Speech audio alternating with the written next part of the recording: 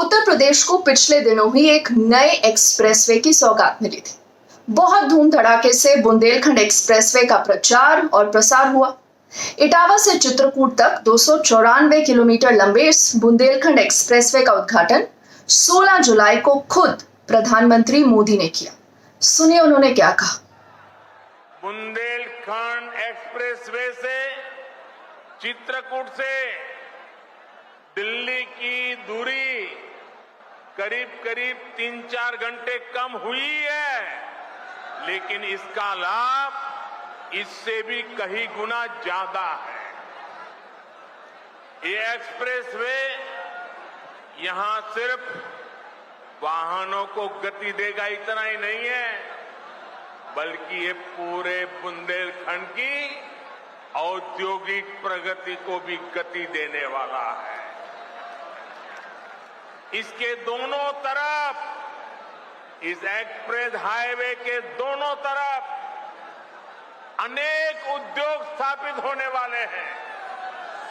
यहां भंडारण की सुविधाएं, कोल्ड स्टोरेज की सुविधाएं बनने वाली है। बुंदेलखंड एक्सप्रेसवे की वजह से इस क्षेत्र में कृषि आधारित उद्योग लगाने बहुत आसान हो जाएंगे। पूरी उत्तर प्रदेश सरकार ने इस बुंदेलखंड एक्सप्रेसवे को लेकर गुणगान किया, लेकिन इस हाई प्रोफाइल उद्घाटन के महज 5 दिन बाद हुई बारिश ने इस एक्सप्रेसवे की कलाई खोल दी। देखिए, जालौन में सड़क इस कदर धंस गई कि किरकिरी होना स्वाभाविक था। तस्वीरें देखिए। और तो और इटावा में सड़क में ही दरार पड़ गई।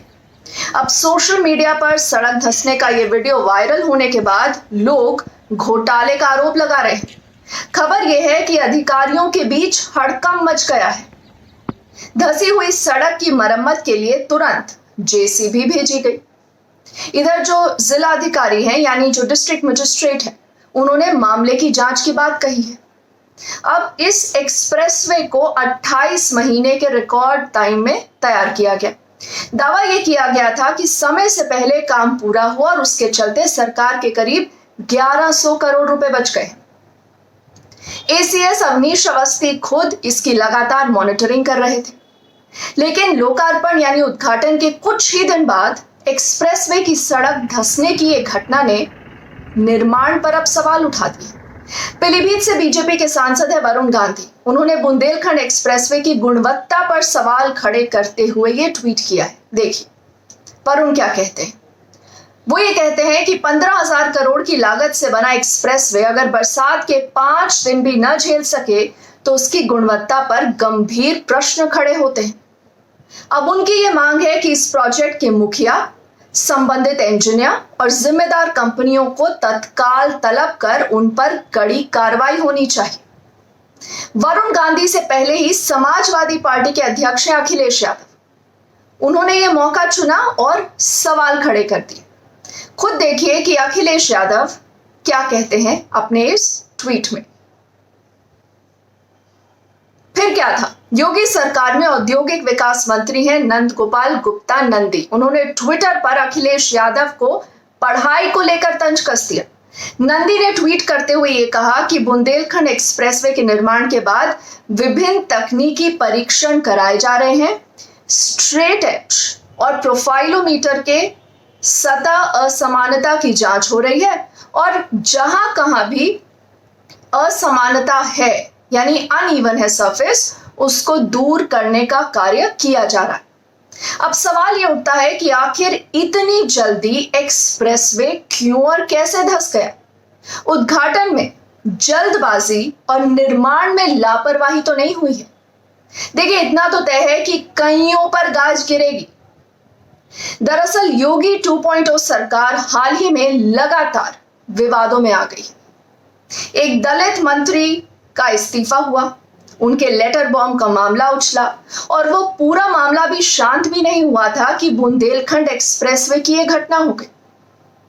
हालांकि मंत्री जितिन प्रसाद और दिनेश खटिक में अंदर खाने कुछ डैमेज कंट्रोल तो किया गया है, मगर एक पर एक चिट्ठी बम लगातार सुर्खियां बटोर रहे।